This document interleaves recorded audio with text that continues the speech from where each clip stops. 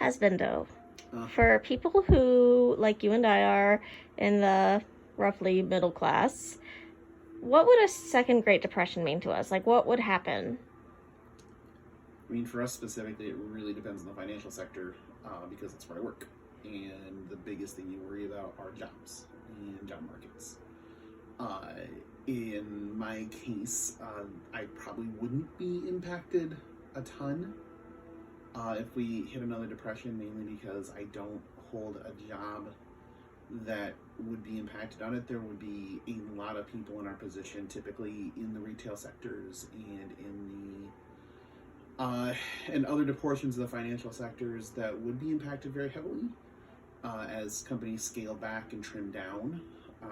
There are less need for people in development sectors and stuff like that, because it's just going to turn into, in my mind, it just turns into essential personnel only, and usually it comes with a little bit of stagnation until the method of getting out of the depression is implemented. So basically, a second Great Depression would basically mean a lot of job losses, and that's mostly what it means? It's a lot of job loss and a lot of money lost. Does it affect prices? Or anything like that? It can. I don't know that it would now, just because we're more globalized than we've ever been. So it'd be an interesting thing to see. I'm just not 100% sure what that would look like.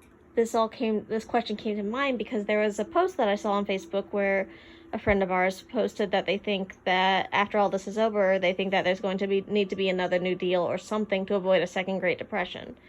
I don't know if that's true, but that's what brought this question on. So there's going to be a lot of distrust for the intent of government and the intent of financial institutions, bigger business, things like that. I think a lot of people feel like that they're not here to work for people. I think in some cases they're right. But that's where, when that erodes, you need to either do something that's sweeping and make sweeping changes, or you wind up in a spot where that trust just keeps eroding until everything crumbles. All right. One other thing, Logan. How do you feel about that cat? She's free to a good home. She is not. She's still ours. And apparently she thinks my blanket is hers right now. She's laying on my blanket. She's laying on my blanket. Free to a good home. She's not free to a good home.